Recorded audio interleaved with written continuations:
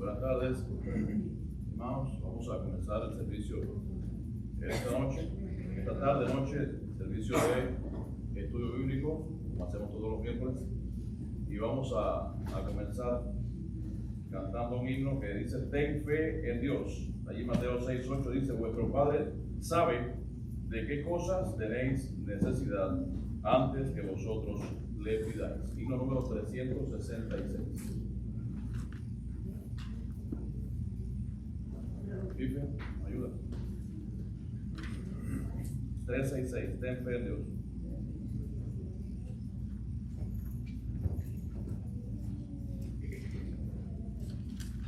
¿No te acuerdas del himno?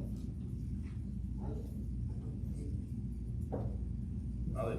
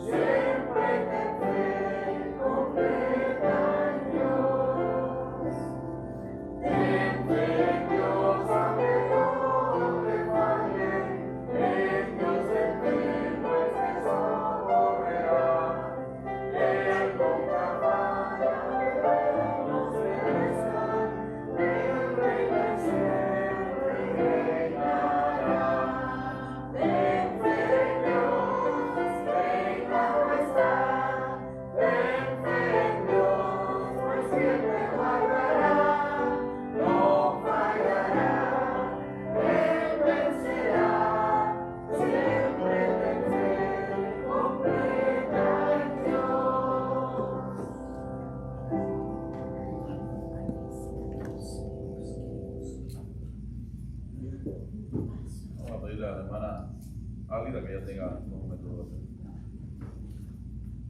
Amantísimo Dios, Padre nuestro, te alabamos y te glorificamos en esta noche. Te damos gracias por tu gran amor para con nosotros, tu misericordia, tu paciencia. Amén.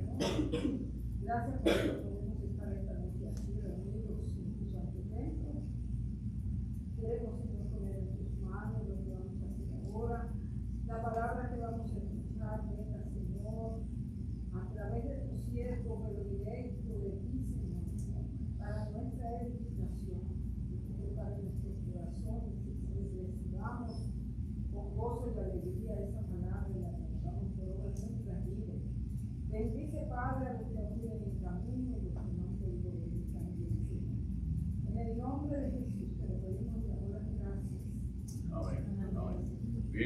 saludamos a todos en esta tarde. Damos gracias a Dios por la presencia de cada uno de ustedes. También saludamos a aquellos que están ahí en redes sociales. Estamos transmitiendo, como decimos, diferido. Así que luego no estamos transmitiendo en directo, solamente estamos transmitiendo en directo los domingos y alguna vez también entre semanas, pero hoy estamos transmitiendo para ponerlo después por los canales de YouTube de la iglesia. Así que bueno, pues, saludamos a todos, a Noris, le saludamos que está aquí nuevamente con nosotros. Ella estuvo el pasado domingo con su nietecito, con Santi, el cual va a traer los domingos también. Los miércoles, bueno, ella tiene un problema ahora con el carro y todo eso, pero los miércoles tenemos ensayo con los niños del coro de la iglesia, por si quiere también. Sí, está ahí. Esto es con las luces, no para Exacto. Así que, bueno, pues está invitado para el coro de los niños. Y bueno, también saludamos a Marta y a Pancho.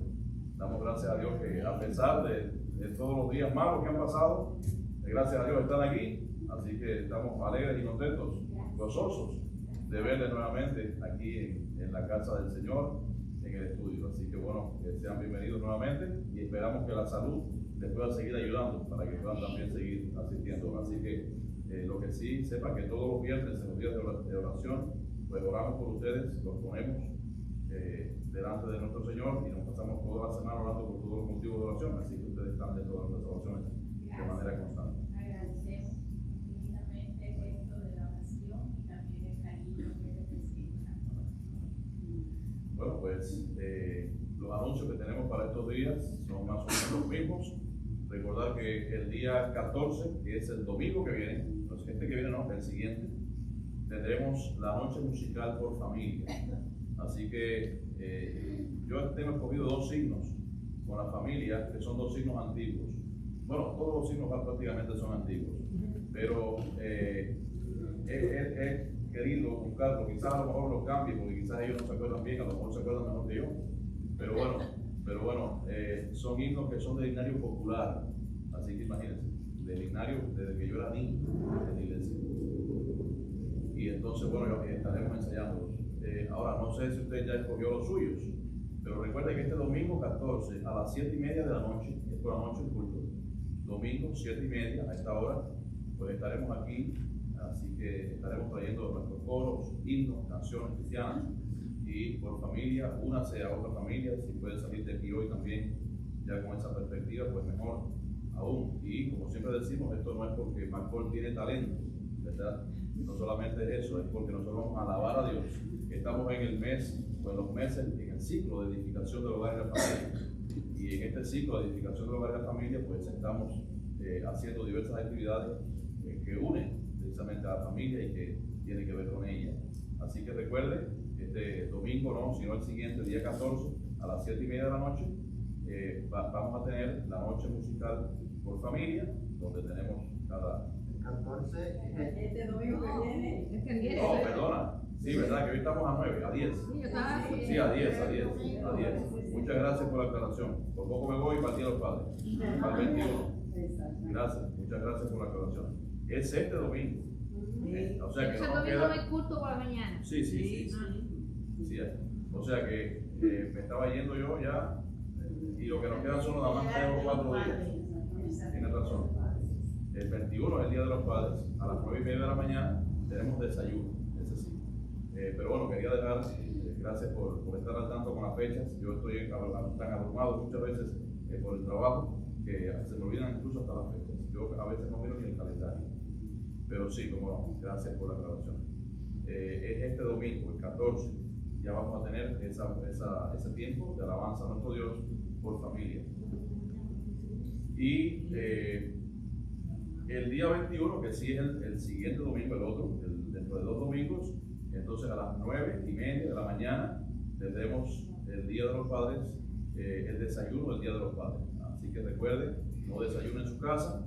Si quiere, tómese su cubito de café para que no haya problemas por el camino. Pero bueno, llegue aquí a la iglesia temprano, a las 9:30, quizás un poquito antes. Vamos a orar a esa hora y por los alimentos y demás. Y vamos a empezar también ese día en homenaje a los padres. Así que también tenemos una salida a los Marlins. Ya hace rato me está llamando y me está escribiendo el que tiene que ver con esto de los Marlins, para que vaya allí me está invitando a un partido, un juego, pero es para hablar conmigo para ver el tema si es que vamos en grupo.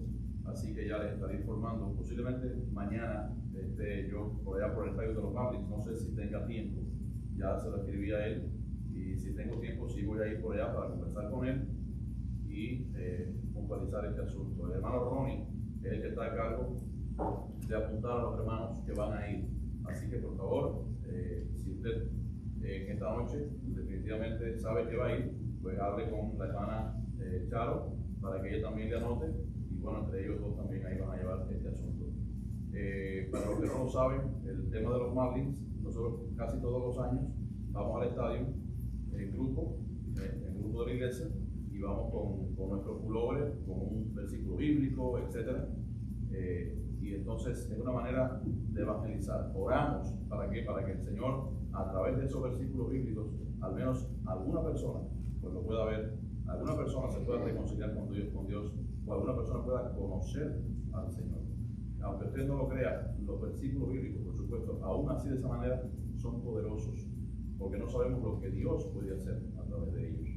Así que vamos a ir a este lugar. La entrada generalmente aquí en los Marlins es barata, no es como en el fútbol. Si alguien quiere ir al fútbol, pues vale $200. Pero si alguien quiere ir a los Marlins, pues está por los 20, 25, $30, ahí más o menos cada entrada. Así que no está. Y mucho más ahora que lo están promocionando. Así que no es simplemente por ir a ver el juego, sino más bien para ir a aquel lugar con este tipo de características. Así que bueno, estos son los anuncios, pero no quiero dejar pasar por alto la Escuela Bíblica de Verano, la Escuela Bíblica de Vacaciones, que comienza el día 6 de julio. El tema de este año es Estación Iluminación, así es como se llama. Y va a ser del 6 al 12 de julio. El 12 de julio es domingo. Ese día específicamente tenemos el Día del Niño, donde tendremos, después del servicio, después del culto, tendremos almuerzo y tendremos también un water slide, tenemos también otro juego que vamos a presentar para los niños y los mayores también. Así que ese día va a ser un día de gran regocijo. El Día de los Niños lo va a disfrutar más los mayores que los niños, yo creo, a veces que pasa así. Pero bueno, vamos a disfrutar todos este tiempo para la gloria de nuestro Señor. También tenemos el calendario de oración, que me parece que lo dejé en la oficina. Por favor, alguien, Arturo, alcánzame el calendario de oración de los que están ahí. Déjame decirte, gracias. Y vamos a orar.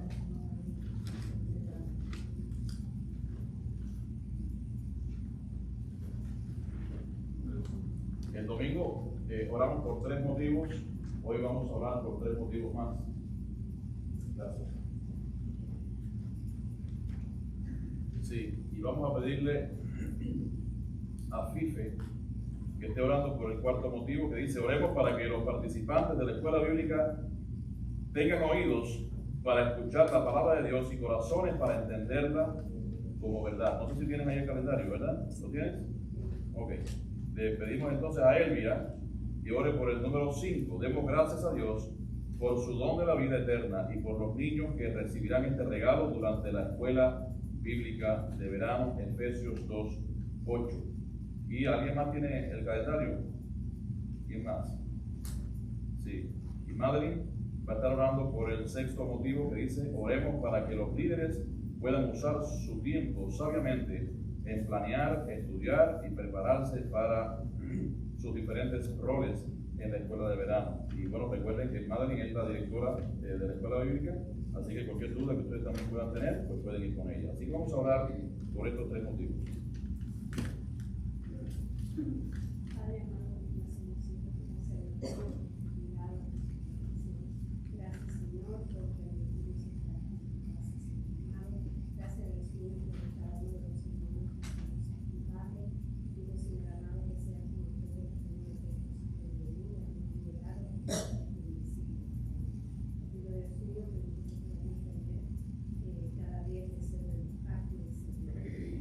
Gracias Dios mío por la escuela de la vida. Digo Dios mío por todos los que van a participar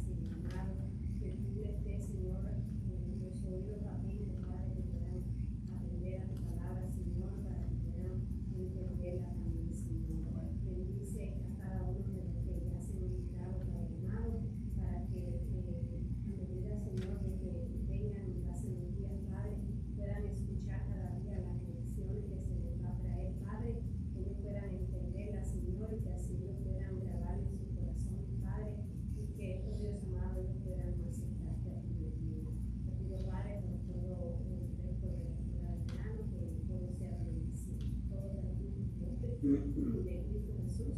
Amén.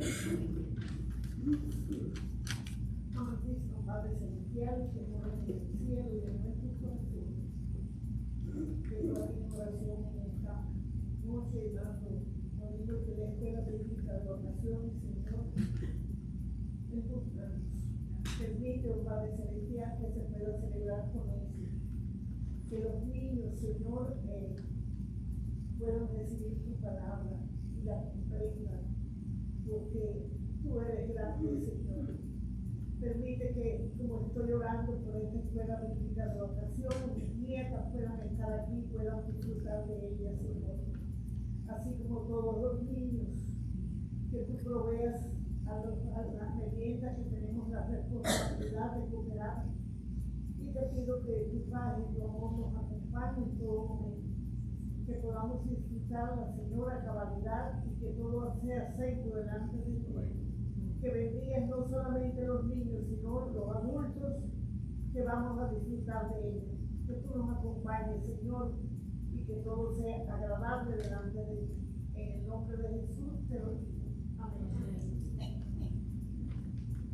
Padre Celestial, te damos gracias, Señor, porque es bueno estar en tu casa, Señor. Tenemos de ti, Señor, y también en este momento que presentamos peticiones de la escuela bíblica de verano, Padre, necesitamos tu tono de gracias, Señor. Y Dios, gracias porque sabemos que el tiempo algunas veces es algo que es limitado para nosotros, pero Padre, gracias porque tú nos limitas también el tiempo de alguna manera. Sabemos, Señor, que tú lo puedes, sabemos que tú eres el director principal, tú has todo perfectamente y tenemos fe, Señor, que tú puedes ayudar a cada líder, Señor, a cada maestro, a voluntario, Padre, para las meriendas y todo, Señor, que esos horarios, Señor, se arreglen y que sean un gran testimonio que tú, Señor, te lo coordinaste perfectamente para estar aquí a tiempo.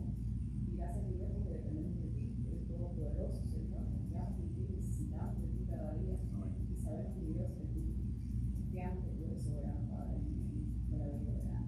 Seas tú alabado en cada momento, Señor, cada clase refleje la luz de Jesús, cada clase, Señor, refleje tu amor y la necesidad de tener una relación con Dios, Señor. Eres más pequeñito, pero gracias, Señor, porque confiamos en ti. Que tenemos un Dios contigo y no es tu palabra. Tenemos más, Señor, nada por nosotros. En nombre de Jesús. Amén. Amén. Amén. Una preguntita, no sé si han visto algo de con el COVID o algo, las meriendas. Sí, eso después. Okay. Hay tiempo. Okay. Muy bien, hermano. Vamos a buscar ahí en nuestras Biblias la lectura bíblica correspondiente. Vamos a buscar Apocalipsis 14 y vamos a buscar los versículos del 14 hasta el final. Cuando lo tenga, por favor, póngase de pie y vamos a leer de manera alternada. Apocalipsis 14, desde el versículo 14 al 20, 14 hasta el final del capítulo.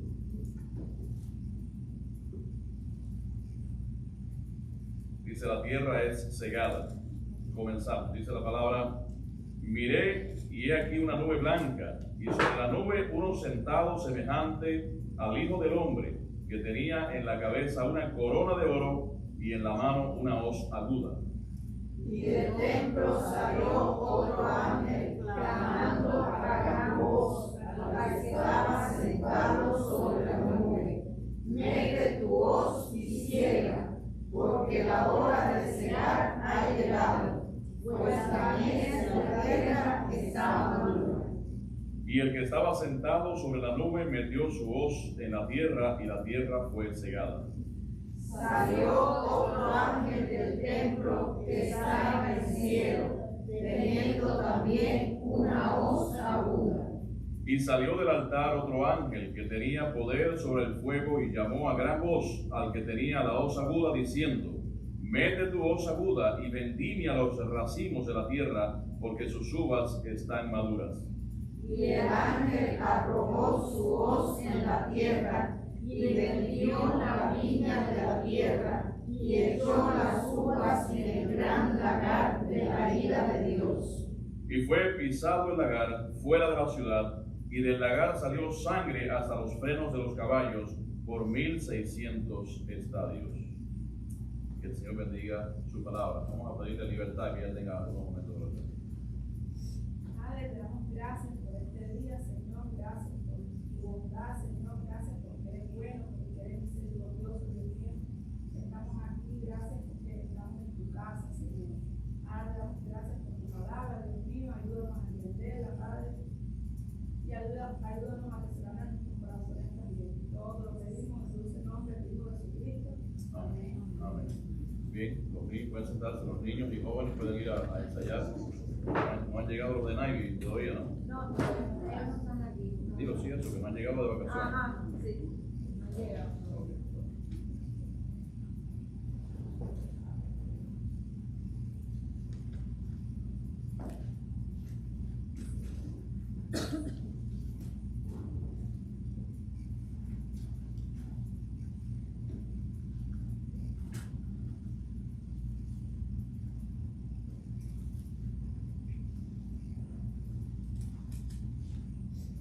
Bueno, el pasado miércoles estuvimos estudiando los versículos del 8 al 13. Había muchas cosas interesantes allí. Aquí. Oh, ya. ¿Te hace falta sacar algún CD? Bien. Bueno, pues allí uno de los ángeles en el versículo 8 dijo, allí ¿ha caído quién? Babilonia, ¿verdad? La gran ciudad, porque ha hecho beber, dice el texto, a todas las naciones del vino del furor de su fornicación. Y aunque ya hablamos acerca de Babilonia, o sea, lo que representa en la Biblia, recuerden que Babilonia es una ciudad, y no está hablando aquí específicamente de la ciudad como una urbe, ¿verdad? Como un pueblo, como una nación. Y quiero recordarles que la palabra Babilonia aquí en el Apocalipsis tiene otro significado. ¿Por qué? Porque se usa como símbolo de la rebelión contra Dios. Babilonia se usa como símbolo de la idolatría. Babilonia se usa como símbolo también de la corrupción moral y también de la persecución hacia el pueblo de Dios. Eso lo vimos también el pasado miércoles, porque desde el Antiguo Testamento recuerden que representó el orgullo y el desafío a Dios. ¿De qué manera? Cuando se construyó la Torre de Babel, recuerden que Babel está relacionado, ese nombre, con Babilonia. También recuerden que era el símbolo de lo que era la idolatría y la corrupción espiritual a través de ¿qué? A través de los dioses falsos y a través también de las prácticas paganas que existían allí en aquel lugar. En tercer lugar, fue una nación que persiguió al pueblo de Dios. De hecho, recuerden que conquistó Jerusalén, destruyó Jerusalén, quemó el templo y llevó cautivos allí a los israelitas por unos 70 años, hasta que Ciro el Grande conquista Babilonia y a través entonces de Zorobabel, entonces regresan hacia Jerusalén aquellos israelitas que habían sido esclavizados durante todo ese tiempo. De hecho, Zorobabel, recordábamos también que fue quien hizo este segundo templo y reconstruyó este segundo templo. 140 años después es que entra a la escena Nehemías para reconstruir entonces los muros. Pero Babilonia, en cuarto lugar, también era el símbolo del lujo, el símbolo de la riqueza, el símbolo de la abundancia, pero también el símbolo de la decadencia moral. Y entonces los profetas describen a Babilonia como una ciudad poderosa, como una ciudad rica, pero también era una ciudad que estaba totalmente entregada a sus placeres. Entonces, la caída de Babilonia significa la caída de ¿qué? De la corrupción moral, significa la caída de lo que ya hemos mencionado antes, del poder, de la idolatría, del poder político, de las cosas que se oponen a Dios y también de la persecución hacia los creyentes. Ya también mencionábamos el pasado miércoles que en los capítulos 17 y 18 ya estaremos hablando un poquito más de cerca de este reino político, de este reino económico y de este reino religioso del anticristo. Entonces, el resumen del estudio anterior, del miércoles anterior, es que mientras el mundo rebelde, en este caso representado por el nombre por Babilonia, se dirige hacia una destrucción completamente segura. El llamado de Dios a sus hijos es el llamado de preservar la fe hasta los últimos momentos. Es recordado también que la fidelidad de Cristo será recompensada eternamente, y también sabemos, por lo que dice uno de estos versículos, que la muerte de sus santos, la muerte de los hijos de Dios también, dice que los que mueren en el Señor serán los que son verdaderamente bendecidos, no los que mueren sin el Señor. Entonces vamos a ver esta última parte del capítulo 14, que precisamente son estos versículos, estos 7 versículos, y vamos a empezar a leer el versículo 14.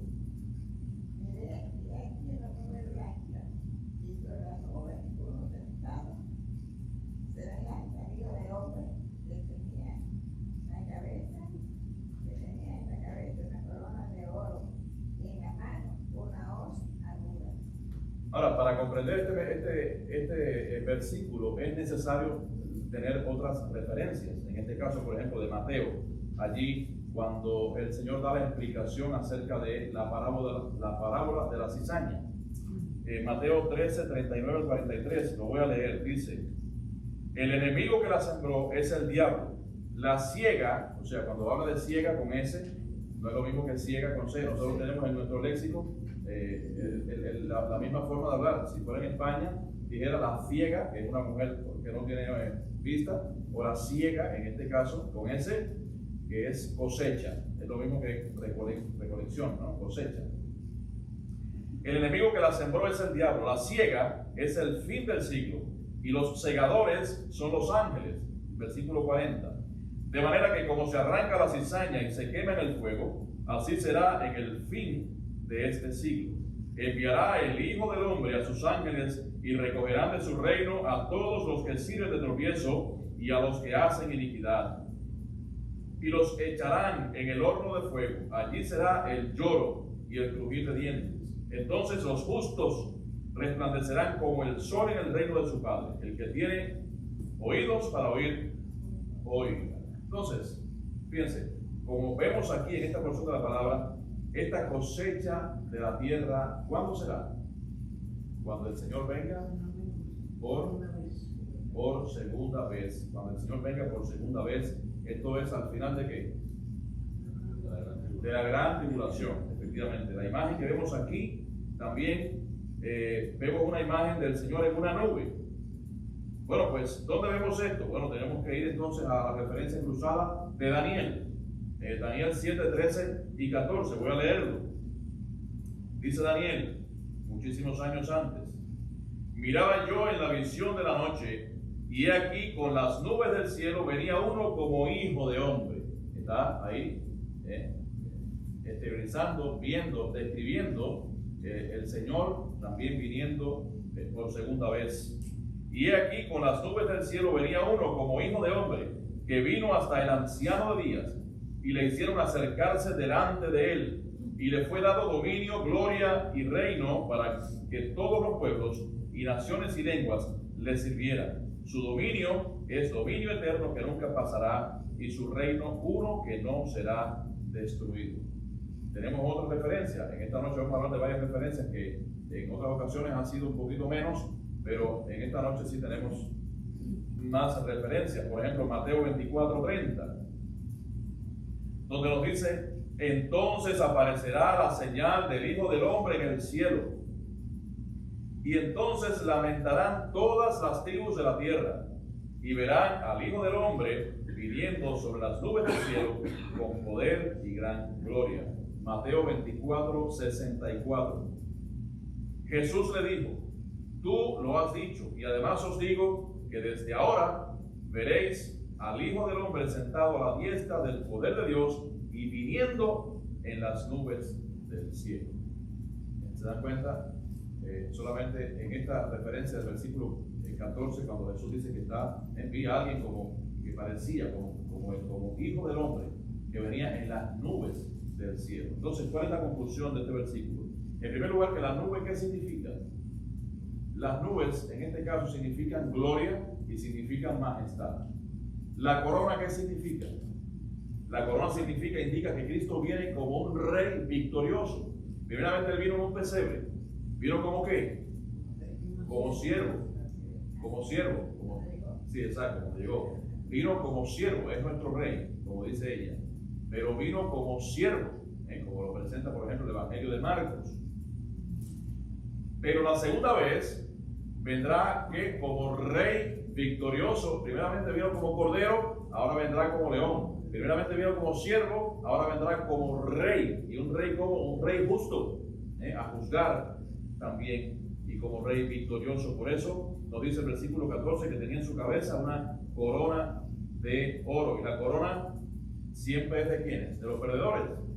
Es de los vencedores. Entonces viene como rey victorioso. O sea, Cristo es el triunfante, el conquistador, invicto, que sale desde el cielo hacia la tierra también para prevalecer sobre sus enemigos. Y también al final de este versículo nos dice, y en la mano una hoz que aguda. Para los que no sepan lo que es una hoz con Z, es una herramienta de cosecha que tiene, que es un material curvo que tiene por el interior un filo y se usaba antiguamente para cosechar. Bueno, hay muchos países que actualmente todavía que no están totalmente mecanizados en los temas de sus cosechas, que actualmente todavía tienen ese tipo de herramientas. Y hay otros países que no tienen ni una cosa ni la otra, como Cuba, por ejemplo. O sea, todos conocemos las necesidades que hay. La voz del martillo parece el símbolo del comunismo parece la hoz. Eso es para cortar cabezas. Eso sí. Exactamente. Entonces, está hecha allí, como decíamos, de hierro y tiene allí un filo cortante, un mango de madera y un filo cortante. Y vemos que esta hoz aguda, ¿qué significa aquí en la palabra de Dios? Bueno, pues significa el juicio divino, el juicio pronto, o sea, rápido, preciso, y el juicio devastador. Vamos a ver qué nos dice el versículo 15. Y del templo salió otro ángel, clamando a gran voz, al que estaba sentado sobre la nube: mete tu hoz y ciega, porque la hora de cegar ha llegado, pues las mies de la tierra están maduras. Para que más o menos vayan teniendo una idea, aquí hay una especie, hay como dos cosechas, hay dos siegas. Vamos a ver más adelante. Aquí ya en el versículo 15 está hablando de la primera. Entonces, cuando se dice mete tu hoz y ciega, significa que ha llegado el momento señalado por Dios para recoger la cosecha de la tierra. Ahora, llevándolo allí al plano de la agricultura, cuando se cosecha, cuando se ciega, ¿qué se hace? Se recoge ¿qué? Lo bueno y se desecha lo malo. Entonces, fíjense, ¿por qué digo esto? Porque hay muchos intérpretes de la palabra de Dios que entienden esta primera siega como la cosecha de los justos, ¿no? de las personas que el Señor tiene como cristianos, como justos, como merecedores del cielo. Pero otros intérpretes creen que, porque ¿qué pasa? Que este texto es un poco ambiguo en ese sentido, no dice a quiénes son los que van a recolectar, pero podemos deducir más o menos. Otros creen que solo son los impíos, los cuales estarán listos para que Dios les juzgue y para que Dios les condene. Entonces, la imagen que nos da realmente este versículo es que la humanidad ha estado llegando ya a su madurez espiritual. Porque cuando las cosas están maduras, ahora mismo ya se están madurando los mangos, ya se están madurando las ciruelas, ya se están, bueno, los aguacates faltan un poquito todavía. Así que, pero cuando usted recoge la cosecha cuando está verde, pues no, solamente los más audaces y los que tienen mejor estómago se comen los mangos verdes con sal. Eso no se hace. Jóvenes, eso no se hace, eso hace daño. ¿Ok? Y las ciruelas tampoco. Ocote, ¿cómo le dicen allá en Nicaragua, no? Ocote. Ok. Bueno, pues, fíjense, esta imagen, como les decíamos, es cuando ya aparece lo que es la madurez espiritual de la humanidad y Dios actúa entonces en el momento preciso. Ahora, hay que recordar que en estos últimos versículos del Apocalipsis, como les decíamos anteriormente, hay dos cosechas. Entonces, la primera, fíjense, hay algo interesante, no se compara con ningún producto. Se supone que sea trigo, que se compare esa cosecha con el trigo, como antiguamente era una de las cosechas más importantes que existían porque significaba el sostén familiar, el sostén de la sociedad y daba mucho trabajo también a las personas. Pero la segunda cosecha que vamos a ver más adelante a partir del versículo 17 es una vendimia. ¿Saben lo que es una vendimia, verdad? La cosecha de la uva. Exacto, la cosecha, cuando usted escuche vendimia, no tiene nada que ver con vender, sino que vendimia, recuerde bien esto, vendimia tiene que ver con la cosecha específicamente de la uva. Entonces, vamos a seguir, vamos a ver el versículo 16. Y el que estaba sentado sobre la nube metió su hoz en la tierra, y la tierra fue cegada. Aquí comienza, ¿verdad? Entonces, aquí podríamos estar presentes en lo que podríamos llamar la recolección de los creyentes en la tribulación, al final de la gran tribulación, para su entrada, ¿en qué época, en qué periodo, en qué era? Después de la gran tribulación que viene, el milenio, efectivamente, el reino milenial, 2000 años, recuerden. Entonces, después de esta recolección de la tribulación, entonces viene el milenio. Y esto podría corresponderse también con la parábola de la buena semilla que aparece en Mateo 13. Recuerden la parábola que habla acerca de la semilla. Entonces, en el caso que esta cosecha sea para estos creyentes, para estos cristianos, sobre los cuales vendrá el juicio también, podrían ser considerados gentiles, aún no los judíos. Entonces, ¿por qué podemos sacar esta conclusión? Porque a partir del versículo 17 hasta el 20, quien parece estar a la vista en esta cosecha es la nación de Israel. Vamos a ver por qué razón. Otro hermano que me lea el versículo 17. Salió otro ángel del templo que está en el cielo, teniendo también una hoz aguda. Ok, fíjense, que son textos que se parecen. Entonces, en el versículo 15 no lo aclara, pero aquí en el versículo 17 sí hay una aclaración. El templo, ¿a quién se refiere? En este caso, el templo que está en la morada, exacto, de Dios, en el cielo, efectivamente, no al templo de Jerusalén, allí en la gran tribulación, que va a ser el tercer templo.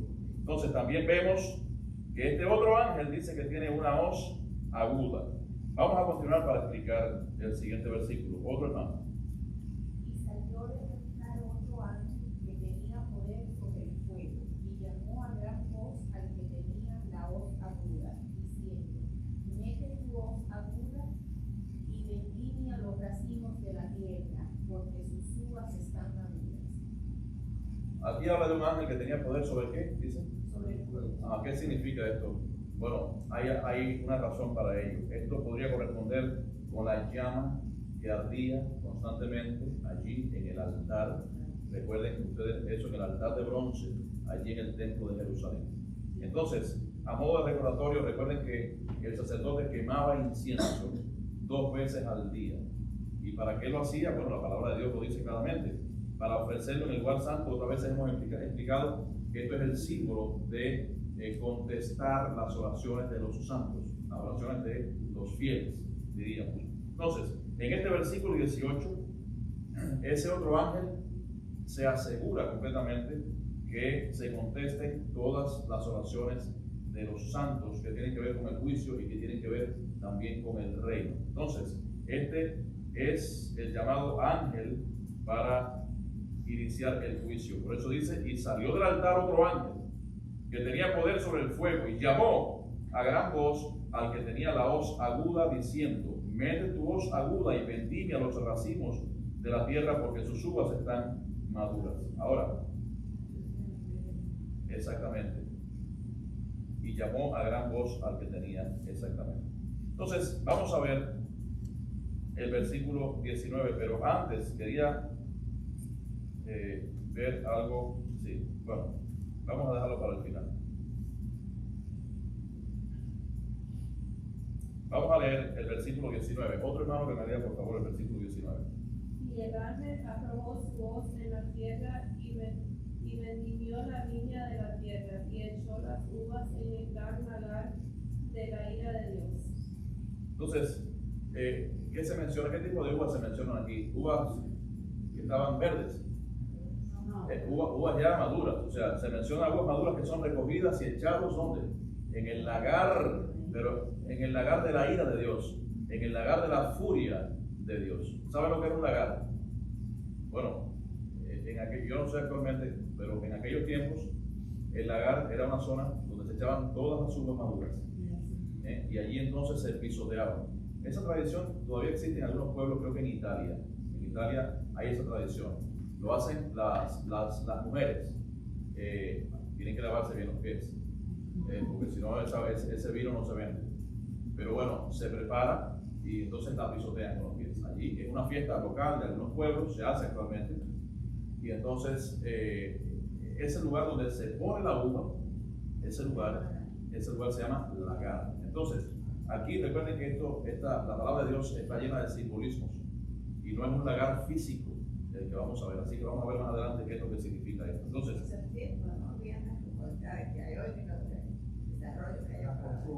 exacto, sí, porque ya actualmente las uvas se llevan a una industria y allí con las uvas se hacen las uvas pasas y se hacen muchísimas cosas. De hecho, la tecnología está tan adelantada, diría yo, la biotecnología, que ya hay uvas. Ayer mismo yo compré un paquete de uvas y bueno, hace muchos años que está así, que no tienen semillas. ¿Cómo puede ser que hagan tanto cruzamiento de estas cosas que al final tengo con uvas que no tengan semillas, melones que no tengan semillas, mandarinas y naranjas que no tengan semillas y cosas así? Pero bueno, la ciencia dice, la palabra de Dios, que en Daniel mismo dice que se aumentará. Entonces, ¿qué significa el lagar en este versículo? ¿Saben lo que significa? ¿Alguien tiene idea? Muerte, terror, por el contexto del versículo. Significa derramamiento de sangre. Eso es lo que significa aquí. Entonces, hay varias referencias al Antiguo Testamento acerca de esto, pero solamente quiero leerles una referencia allí en Joel 3, donde describe el juicio de las naciones. Recuerden que Joel es un libro que habla acerca del milenio y habla también acerca del futuro y habla del juicio de las naciones, del tribunal de Cristo. Y allí nos dice, Joel 3, 13 al 15, echad la hoz, esto es Antiguo Testamento, uno de los profetas menores, echad la hoz, porque la mies ya está madura, venid, descended, porque el lagar está lleno, rebosan las cubas era el lugar donde se echaba también. Dice, porque mucha es la maldad de ellos, muchos pueblos en el valle de la decisión, porque cercano está el día de Jehová en el valle de la decisión. Dice, el sol y la luna se oscurecerán y las estrellas retraerán su resplandor. Así que esto es uno de los versículos también que vemos en el Antiguo Testamento, que se refiere también al tiempo en que el Señor va a juzgar a las naciones, como última instancia al final de los 7 años de la gran tribulación. Entonces, el pisoteo de allí de las uvas en el proceso de hacer el vino, aquí vemos que se emplea como una imagen de un juicio soberano, pero un juicio totalmente aplastante y un juicio definitivo. ¿Para quiénes? Para los impíos, para los incrédulos, para aquellos que adoraron la imagen de la bestia y para aquellos también que se incluyeron en la adoración de la bestia y también obedecieron al falso profeta, que ya hemos visto en los anteriores estudios. Entonces, este versículo 19 se refiere a la manera violenta en que los enemigos de Dios van a ser desaparecidos y van a morir definitivamente. Entonces, ya Dios ha decretado directamente sobre ellos este juicio. Serán las víctimas de la batalla, ¿de dónde? Del Armagedón. Muy bien, hermana Álida. De la batalla del Armagedón, allí en un lugar que le llaman, es la planicie de Esdraelón. Ahora, esa palabra no está en la Biblia, pero sí hay otra palabra que significa lo mismo, es conocido como el Valle de Jezreel. No sé en inglés cómo se pronunciará esta palabra, pero es una J, una E, una Z, una R, una E, otra E y una L, como en Jezreel. Exacto, gracias. Entonces, en español estamos acostumbrados a decir Jezreel porque leemos de manera fonética, ¿no?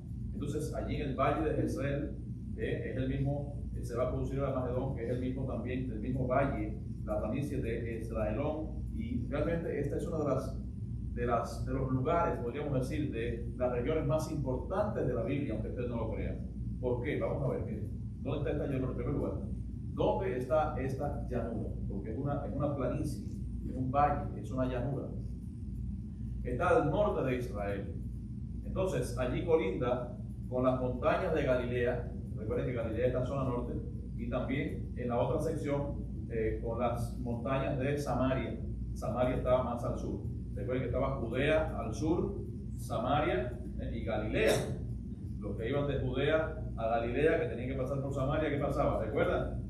Tenían que dar un rodeo tremendo para no pasar por Samaria, porque ellos odiaban a los samaritanos por haberse mezclado con otras naciones. Recuerden allí que Jesús sí fue y sí pasó por allí por Samaria, y recuerden la mujer samaritana y todas estas cosas de Juan. Pero este valle está, como le decíamos, cerca de las montañas de Galilea, y también entre las montañas de Galilea y también las de Samaria. Entonces, este valle fue protagonista de muchísimas batallas importantes. En el libro de Jueces, capítulos 4 y 5, nos describe allí la victoria de Débora, de Barak, en contra de Sisar. No vamos a ponernos a hablar acerca de esta batalla, pero para que tengan una idea que se produjo allí en aquel lugar. Otra de las cosas, de los lugares, en el primer libro de Samuel, en el capítulo 31, allí describe la derrota de Saúl conjuntamente con sus hijos allí cerca de un monte. ¿Alguien se acuerda cómo se llamaba el monte aquel? Bueno, Gilboa, allí. Entonces, también en el libro de los Jueces, en los capítulos 6 al 7, nos habla acerca de la victoria de Gedeón con los madianitas. Fue también en aquel mismo valle. Fíjense cuántas cosas importantes hemos hablado acerca de un lugar específico, de un lugar histórico. Recordemos también que allí en el valle de Jezreel, esto lo dice el primer libro de Reyes 21, ocurrieron eventos relacionados con quién, con Acab, con Jezabel y con Nabot. Recuerden la viña de Nabot, ¿no? O sea, todos estos hechos y acontecimientos pues ocurrieron específicamente en aquel lugar. Ahora, ¿cuál es la relación con el Armagedón? ¿Cuál es la relación con esta guerra, con este lugar? Bueno, pues en el extremo más occidental, podríamos decir, al oeste de esa planicie, para la parte, o sea, de frente al mapa, para la parte izquierda, pues se encuentra Megiddo o Megiddo. Pero ¿saben cómo se pronuncia esta palabra en hebreo? Hermegiddo. ¿Y ahí se desprende la palabra? Armagedón.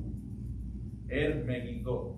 De ahí, porque es lo mismo, o sea, es lo mismo, es en el mismo lugar. Eso lo dice en Apocalipsis, habla del Armagedón, específicamente de esa palabra, Apocalipsis, más adelante lo veremos, 16, capítulo 16, versículo 16. Entonces, de aquí sacamos la conclusión que en este valle será donde se concentren los ejércitos para la batalla definitiva y para la batalla final que está descrita en este libro del Apocalipsis, que más adelante también vamos a ver un poco más con relación a eso. Pero esta es la idea que nos da este versículo 19. Allí en el Armagedón, en Ar-Megiddo, en este lugar, en esta planicie. Vamos a ver por último el versículo el 20, el último versículo de este capítulo 14. Otro hermano que lo lea, por favor. Y fue pisado el lagar fuera de la ciudad, y del lagar salió sangre hasta los frenos de los caballos, por 1600 estadios. Estadios. Sí, sí, pues estadios. Es una cosa, estadios de rota. Sí. Ahora, lo primero que determina Dios es que este enfrentamiento, esta sangre derramada, será fuera de la ciudad de Jerusalén. Fíjense lo que dice aquí. Y fue pisado el lagar fuera de la ciudad. Entonces, a pesar de que la ciudad de Jerusalén va a ser atacada, porque también hay una profecía acerca de ello, no será definitivamente destruida, porque hay algunos que prevalecerán. Allí en aquel lugar será preservada por el Señor. El Señor preservará allí a algunos fieles que Él le librará de las naciones que van a atacar Jerusalén. En Zacarías 14 aparece también, no vamos a leerlo completamente, pero sí vamos a leer un par de versículos. Habla allí de las naciones que se juntarán en aquel momento para tomar Jerusalén. De hecho, van a tomar Jerusalén. Nosotros no vamos a ver eso, recuerden. A mí siempre me gusta recordar que todas estas cosas que estamos viendo en el Apocalipsis acerca de la gran tribulación, ninguno de nosotros, los cristianos, los fieles, que seremos arrebatados para el cielo con el Señor en este arrebatamiento antes de la gran tribulación, nosotros no vamos a ver nada de esto, pero son acontecimientos que son bíblicos y que están realmente presentes. Entonces, allí en el libro de Zacarías habla también de esta toma de Jerusalén por las diferentes naciones. Habrá, de hecho, dice el mismo Zacarías, saqueo, habrá violaciones también, etcétera. Pero ese remanente dice que irá, el remanente que quiere, irá por un valle que el mismo Dios va a provisionar, le va a proveer. Dice que va a partir en dos el monte de los olivos del norte a sur, y por ese valle entonces van a huir mientras Dios está castigando a los infieles. Vamos a ver dónde lo dice. Zacarías 14, 4 y 5 nos dice: y se afirmarán sus pies en aquel día sobre el monte de los olivos que está enfrente de Jerusalén al oriente, y el monte de los olivos se partirá por en medio hacia el oriente y hacia el occidente, haciendo un valle muy grande, y la mitad del monte se apartará hacia el norte y la otra mitad hacia el sur, y huiréis al valle de los montes. Zacarías 14, 4 y 5. Entonces, como decíamos, mientras este remanente fiel huye allí por este valle, entre aquella montaña, entonces el Señor estará castigando allí a los injustos para establecer su reino. Ahora, por último, también nos dice que del lagar salió sangre. ¿Hasta dónde? Hasta los frenos de los caballos por 600 estadios. Ahora, fíjense, hay algunos estudiosos que toman esto como literal, hay otros estudiosos que lo toman como quizás algo simbólico, como puede ser una hipérbole. Sabemos que significa una hipérbole, ¿verdad? Entonces, para que la sangre llegue hasta los frenos de los caballos en aquel valle, ¿cuánto tiene que subir? Pues por lo menos más de 1 metro, más de 3 pies, 4 pies, hasta el freno, depende también del tamaño de los caballos.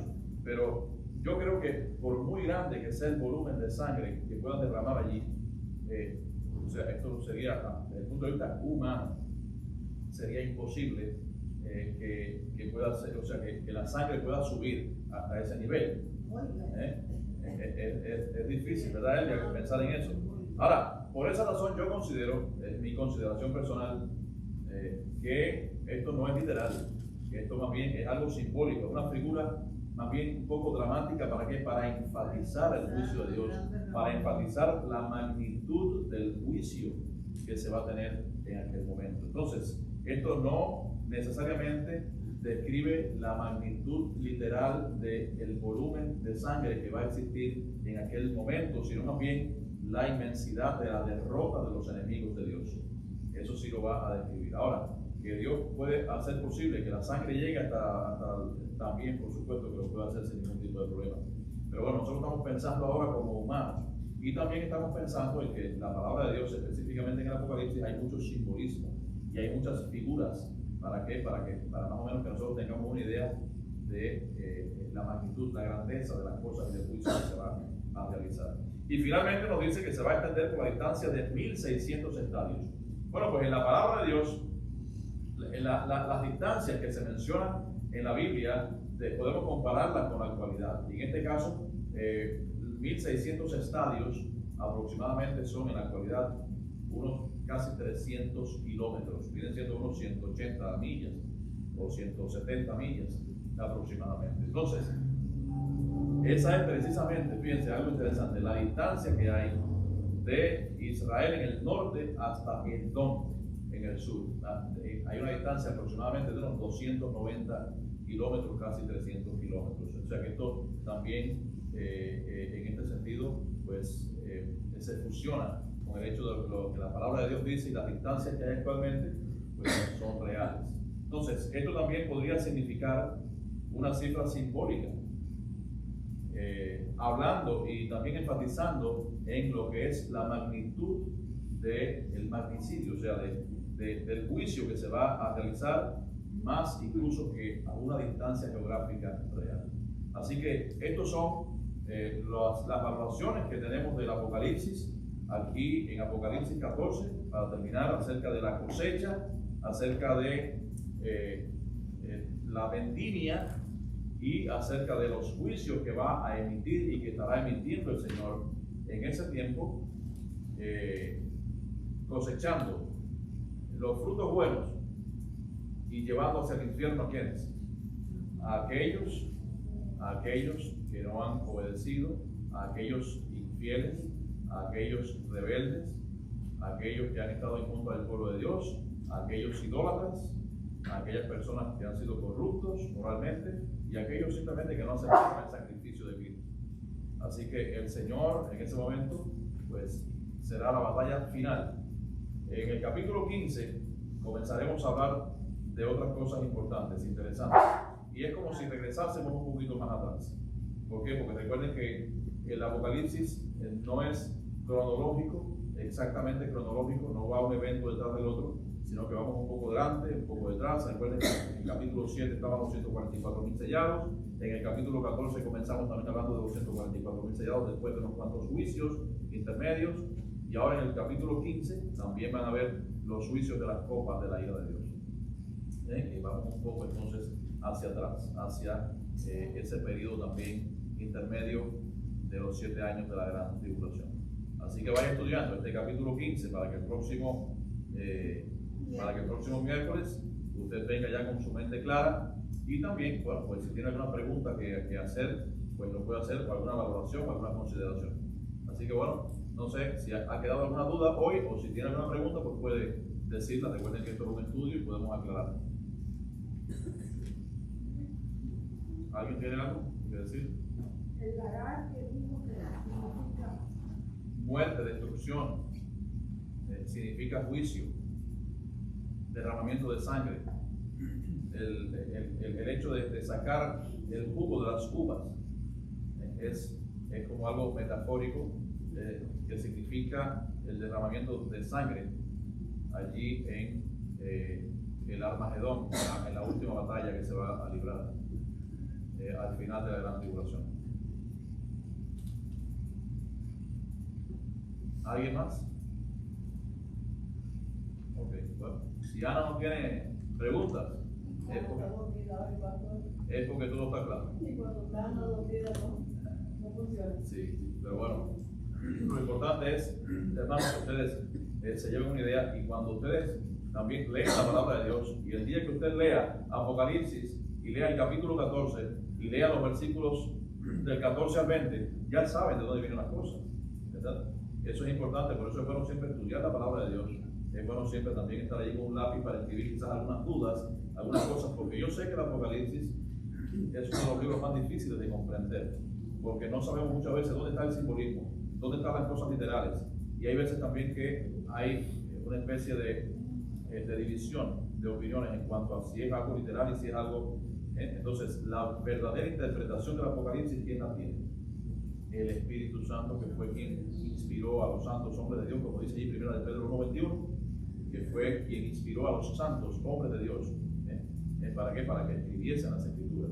Igual que 1 Timoteo, creo que es 3:16, toda Escritura es inspirada por Dios. Entonces, el Espíritu Santo, quien inspiró la palabra de Dios, es quien tiene la verdadera interpretación del Apocalipsis.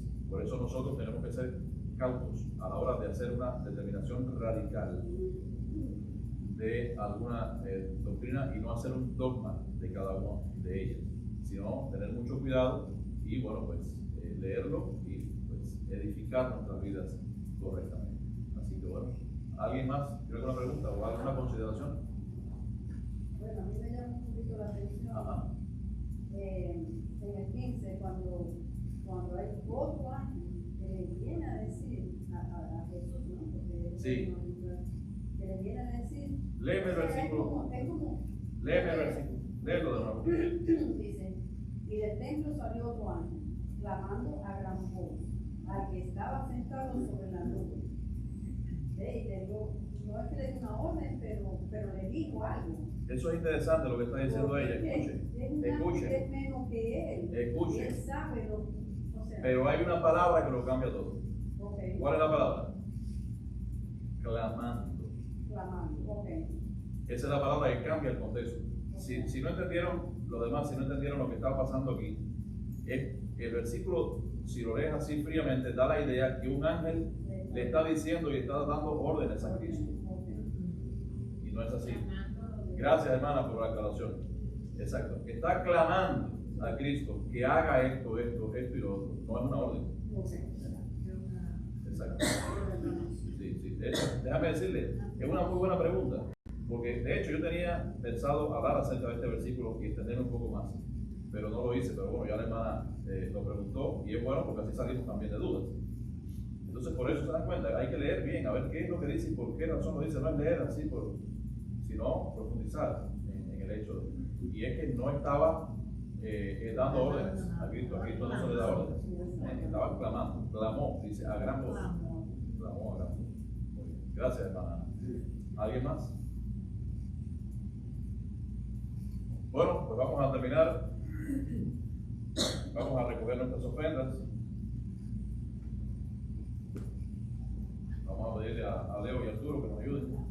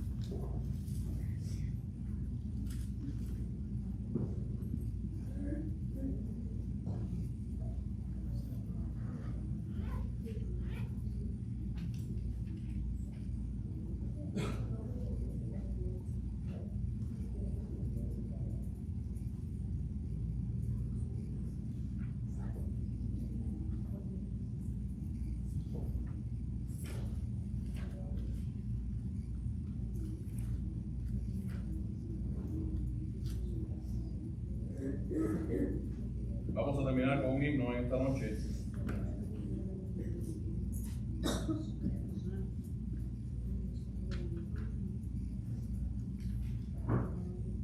Vamos a buscar el número 331, que dice: todas las promesas del Señor, dice, nos ha dado preciosas y grandísimas promesas.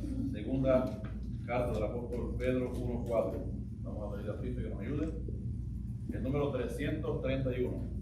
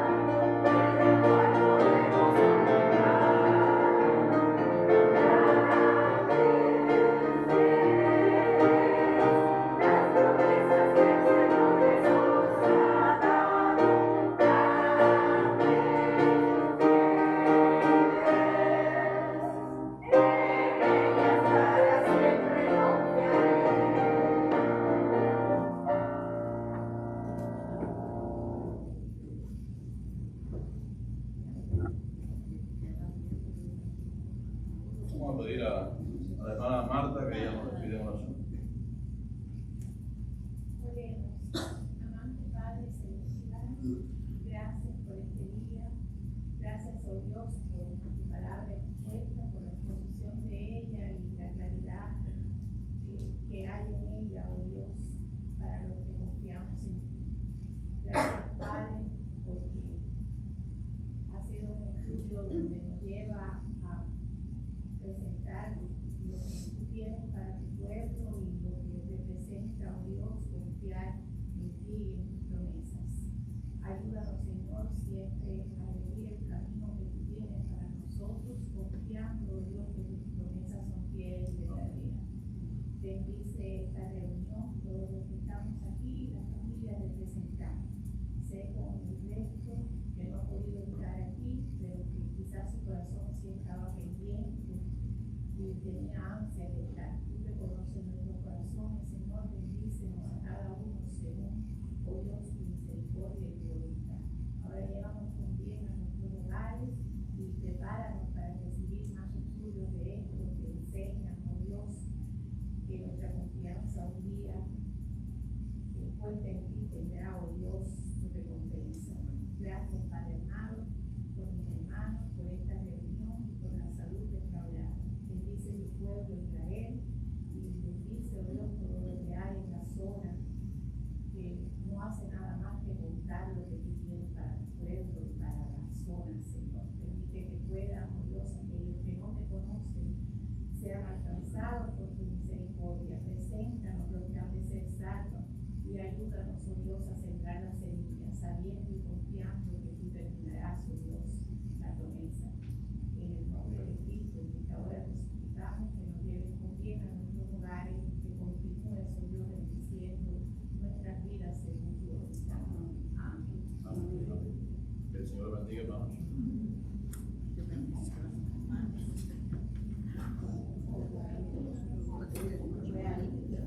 Cumpleaños del Rita. Vamos a contarle.